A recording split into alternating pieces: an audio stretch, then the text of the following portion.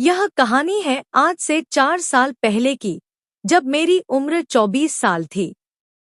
उस वक्त हमारा घर एक छोटे से गांव में था, जहां हवा में मिट्टी की खुशबू और खेतों की हरियाली बिखरी हुई थी। मेरे अब्बू एक सख्त मिजाज आदमी थे, जो दिन भर खेतों में मेहनत करते और घर लौटकर हम बहनों की हिफाजत को अपनी जिंदगी का मकसद समझते।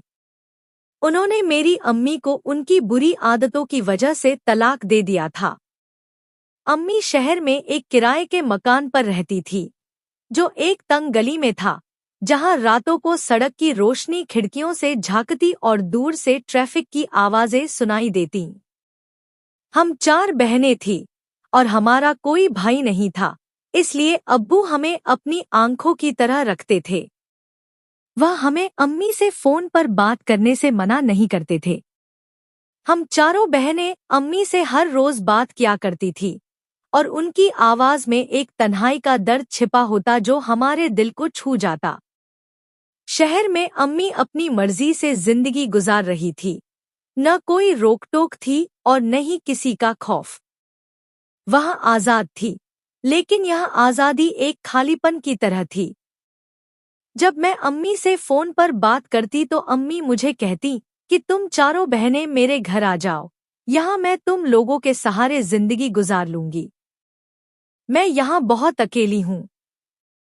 उनकी यह बातें सुनकर मुझे अपनी अम्मी पर बहुत तरस आता था और साथ ही अब्बू पर बहुत गुस्सा भी कि उन्होंने मेरी अम्मी को दर-दर की ठोकरें खाने के लिए तलाक दे दिया।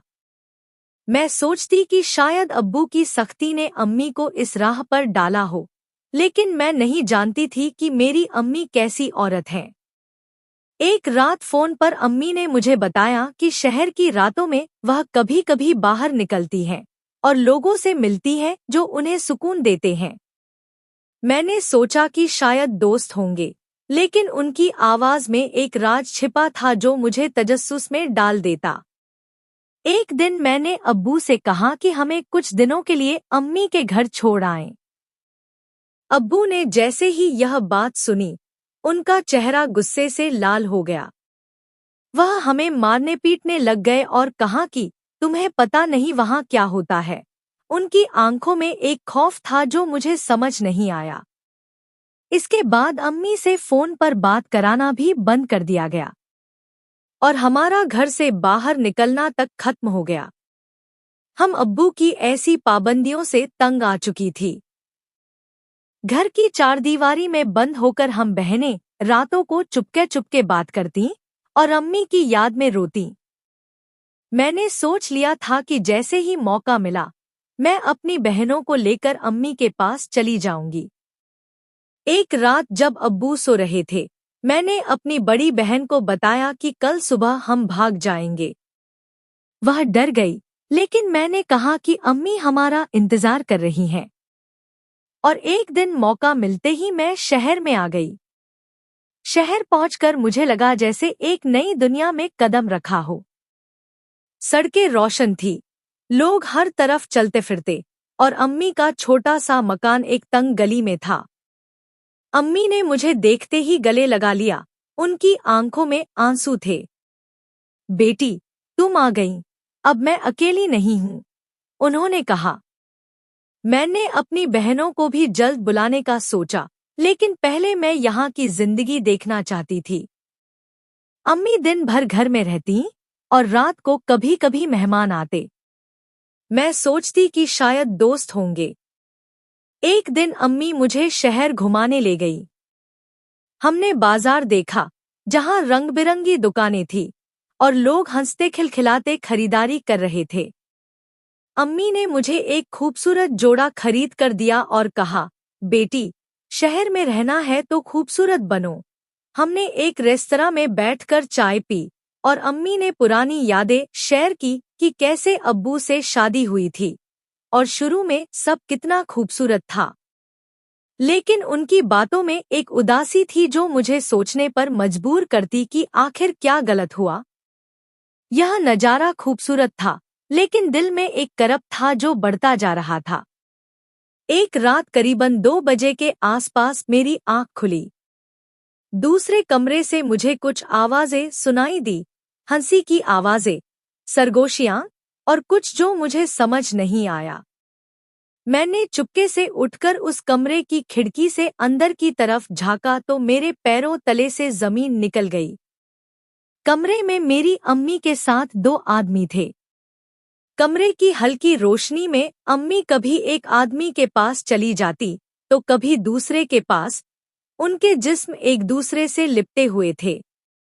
उन दोनों ने अपना काम करके मेरी अम्मी को पैसे दिए, जो उन्होंने मुस्कुराकर जेब में रख लिए। मैं काफी देर तक यह सब देखती रही। मेरा दिल धड़क रहा था और आंखें नम हो गई थी। जब वह तीनों कपड़े पहनने लगे तो मैं जल्दी से अपनी चारपाई पर आकर लेट गई, लेकिन नींद कहाँ आ रही थी। मैं रात भर सोचती रही कि क्या यह सच है? क्या मेरी अम्मी ऐसी हैं? इस नज़ारे ने मुझे अंदर से तोड़ दिया। सुबह उठकर मैंने अम्मी से कुछ जिक्र तक नहीं किया, लेकिन मेरा दिल घुट रहा था। 2 दिन गुजर गए। मैं खामोश रही, लेकिन अंदर से टूट रही थी। एक शाम मैंने अम्मी को किचन में देखा जहां वह खाना बना रही थी, और मैंने आहिस्ता से पूछा कि उस रात कौन लोग थे। अम्मी रुक गईं। उन्होंने मुझे देखा और समझ गई कि मुझे सब पता चल चुका है। उन्होंने एक लंबी सांस ली और कहा, मेरी प्यारी सी बेटी, इस काम में बहुत मजा है और पैसे भी बहुत है। बिना मेहनत और मशक्कत के पैसे आ जाते हैं और हम 2 वक्त की रोटी खा लेते हैं। अब्बू की सख्ती ने मुझे यहाँ पहुँचाया, लेकिन अब यही मेरी जिंदगी है। मैं समझ चुकी थी कि मेरी अम्मी को अब्बू ने तलाक क्यों दिया। मैंने सोचा कि शायद अम्मी की यह जिंदगी एक मजबूरी है, लेकिन क्या यह ठीक है? 2-3 महीने मैं अम्मी का यह काम देखती रही। मैंने देखा कि रातों को अलग अलग लोग आते, कभी जवान, कभी बूढ़े, और अम्मी उनसे पैसे लेकर खुश होती। एक दिन मैं अम्मी के साथ नदी के किनारे गई। वहां की ठंडी हवा ने मुझे कुछ सुकून दिया। मैंने पानी में पत्थर फेंके और सोचा कि क्या यही जिंदगी है? अम्मी ने मुझे देखकर कहा, बेटी, तुम भी यह काम आजमा लो, देखो कितना आसान है। मैंने इनकार कर दिया, लेकिन उनकी बातों ने मुझे सोचने पर मजबूर कर दिया। वहां बैठकर मैंने गाना गुनगुनाया, जो बचपन में अम्मी सिखाती थी। यह एक खूबसूरत लम्हा था, जहां मैंने अपनी तन्हाई महसूस की, और एक तजस्सुस पैदा हुआ कि क्या मैं भी इस राह पर चलूंगी। एक रात एक लड़का आया अम्मी के पास। वह जवान था, खूबसूरत आंखों वाला, और उसकी मुस्कुराहट में एक कशिश थी। जब उसकी नज़र मुझ पर पड़ी तो उसने अम्मी से कहा कि मैं तुम्हें इससे दुगनी रकम दूंगा, अपनी बेटी को मेरे साथ एक रात गुजारने दो। मेरी अम्मी भी लालची थी। उन्होंने मुझे कमरे में भेज दिया। कमरे में दाखिल होते ही मेरा दिल धड़क रहा था। उस लड़के ने मुझे कपड़े उतारने के लिए कहा। मैंने मजामत की तो उसने जबरदस्ती मेरे कपड़े उतार दिए और मेरे जिस्म के साथ छेड़छाड़ करने लगा। मुझे पहले तो बहुत दर्द हुआ, जैसे जिस्म टूट रहा हो, लेकिन जैसे जैसे वक्त गुजरता गया मुझे एक अजीब सा लुत्फ आने लगा, जो मैंने पहले कभी महसूस नहीं किया था। जाते हुए उस लड़के ने बहुत सारे पैसे मेरे हाथ में थमा दिए और कहा कि कल फिर मुलाकात होगी, और साथ ही यह भी कहा कि मेरे अलावा किसी और के करीब मत जाना, तुम्हें जितने पैसे चाहिए हो मुझे बता देना। उसने मुझे एक कार्ड दिया, जिस पर उसका नाम लिखा था, आमिश।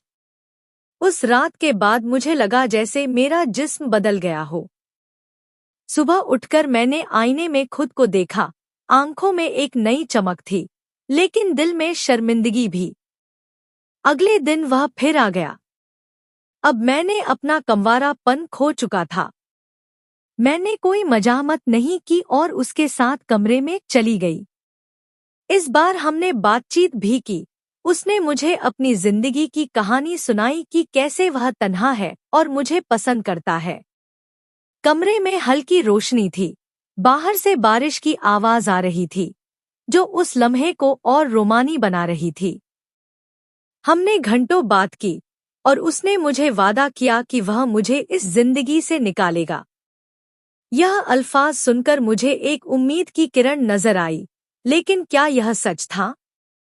इसी तरह 2 महीने वह हफ्ते में 2-3 बार मुझे मिलने आता था और हर बार जाते हुए वह मुझसे यही अल्फाज कहता था कि किसी और के करीब मत जाना। इस दौरान मैंने शहर की रातों को देखा, जहां लोग पार्टियों में जाते, और मैं सोचती कि क्या मेरी जिंदगी भी ऐसी हो सकती है। करीबन 2 हफ्ते गुजर गए, वह लड़का मुझे मिलने नहीं आया। अब मुझसे सब्र नहीं हो पा रहा था। मैं किसी भी तरह अपनी प्यास बुझाना चाहती थी, अपने वजूद में लगी आग को ठंडा करना चाहती थी। लेकिन मुझे बार बार आमिश की बात याद आ जाती थी कि मेरे अलावा किसी और के करीब मत जाना, और मैं रुक जाती थी। एक रात मैं तन्हा बैठी थी, बाहर बारिश हो रही थी, और मैंने आमिश को फोन करने की कोशिश की, लेकिन उसका नंबर बंद था। यह तजस्सुस मुझे खा रहा था कि वह कहाँ गया। क्या उसे कुछ हो गया? लेकिन अब मैं और उसका इंतजार नहीं कर सकती थी। एक रात मैं अपनी प्यास बुझाने दूसरे लड़के के साथ कमरे में चली गई। वह लड़का अलग था, उसकी आंखों में एक वहशत थी, और उसने मुझे पैसे देकर कहा कि यह राज रहेगा। अगले दिन रात को वह आमिश हमारे घर आ गया। मैं बहुत डरी हुई थी क्योंकि मैं जानती थी कि आमिश को पता चल जाएगा। उस रात आमिश ने मेरी गर्दन चूमने के लिए मेरे बालों को पीछे की तरफ किया तो उसे वहां निशान नजर आए और वह सब समझ गया था। उसकी आंखों में गुस्सा भर आया। वह चीखा, तुमने मुझे धोखा दिया। जब मुझसे पूछा तो मैंने इनकार कर दिया और इसी तरह बहस चलती रही। आमिश ने गुस्से से दरवाजे पर अपना हाथ मारा और चला गया, लेकिन जाते हुए उसने कहा कि यह खत्म नहीं हुआ। उसकी यह बात मुझे खौफजदा कर गई। क्या वह बदला लेगा? वक्त गुजरता गया और मैं नए नए लोगों से मिलती रही। पैसों की लालच ने मुझे अंधा कर दिया था। मैंने अपना मोबाइल ले लिया और हमने अपना घर भी बदल लिया था, ताकि पुरानी यादें पीछे छूट जाएं। एक दिन एक लड़के ने मुझे मैसेज किया। मैंने कोई जवाब नहीं दिया। वह रोज मुझे मैसेज करता था, खूबसूरत बातें, शायरी और वादे। एक दिन मैंने तंग आकर पूछा कि क्या चाहते हो तुम? तो जवाब मिला कि दोस्ती। मैं उस लड़के के साथ रोज बातें करने लगी। वह पहला लड़का था जिसके लिए मेरा दिल धड़का। उसका नाम जुबैर था और वह कहता कि वह मुझसे मोहब्बत करता है। मैं उसे अपने घर आने का कहती थी तो वह इनकार कर देता था और कहता था पहले तुम आओ मुझे मिलने। मैं भी इस कदर अंधी हो चुकी थी कि मैंने कहा ठीक है, लेकिन अंदर से एक शक था कि क्या यह ठीक है। कुछ दिनों बाद मैं उसे मिलने के लिए तैयार हुई। जब जाने लगी तो मोबाइल पर मैसेज की घंटी बजी। मैंने वह मैसेज पढ़ा तो मेरे पैरों तले से जमीन निकल गई। उस मैसेज में लिखा था कि खुदा का वास्ता है आप जुबैर से मिलने मत जाना। वह आपसे मोहब्बत नहीं करता बल्कि आमिश का बदला लेना चाहता है, क्योंकि वह आमिश का दोस्त है। वह आपको यहाँ बुलाकर बहुत से लड़कों की खुराक बनाना चाहता है। मेरी भी बहनें हैं और मेरे लिए आप भी मेरी बहनों जैसी हो और भाई बहनों की इज्जत के मुहाफिज होते हैं। मैंने जब मैसेज पढ़ा तो मेरी आंखों में आंसू आ गए। उस मैसेज को पढ़कर न जाने मेरे दिल को क्या हो गया था। मैं मुसलसल रो रही थी और अल्लाह से अपने गुनाहों की माफी मांग रही थी। मैंने अपने गुनाहों से तौबा कर ली। मैं बहुत पछता रही थी कि मैंने अपने बाप का घर क्यों छोड़ा था। उस बाप का घर जिसने हमारी इज्जत की खातिर क्या कुछ नहीं किया। उस रात मैंने मस्जिद जाई, वहां की खामोशी में बैठकर रोई और अल्लाह से दुआ की कि मुझे रास्ते पर ले आ। यह एक खूबसूरत लम्हा था जहां मैंने अपने अंदर की रोशनी महसूस की और एक नई जिंदगी का आगाज किया। मैंने अब्बू को कॉल की और माफी मांगी और कहा कि वह हमें यहाँ से ले जाएं।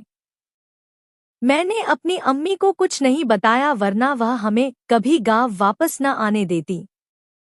अगले दिन मेरा अब्बू आया और हम चारों बहनों को लेकर गाँव वापस चला गया।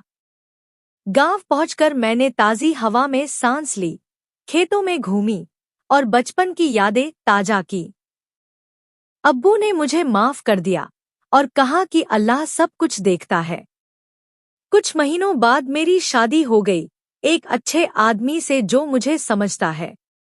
मैं जब भी नमाज पढ़ती हूँ, मेरे दिल से सबसे पहले उस लड़के के लिए दुआ निकलती है जिसने मुझे मैसेज किया था। मैंने अपनी दुआओं में हमेशा उस लड़के जैसा बेटा मांगा था और अल्लाह ने मुझे बेटे जैसी नेमत से नवाजा है। आज मैं अपने शौहर और बेटे के साथ एक खुशहाल जिंदगी गुजार रही हूँ, जहाँ हर दिन एक नई उम्मीद लाता है।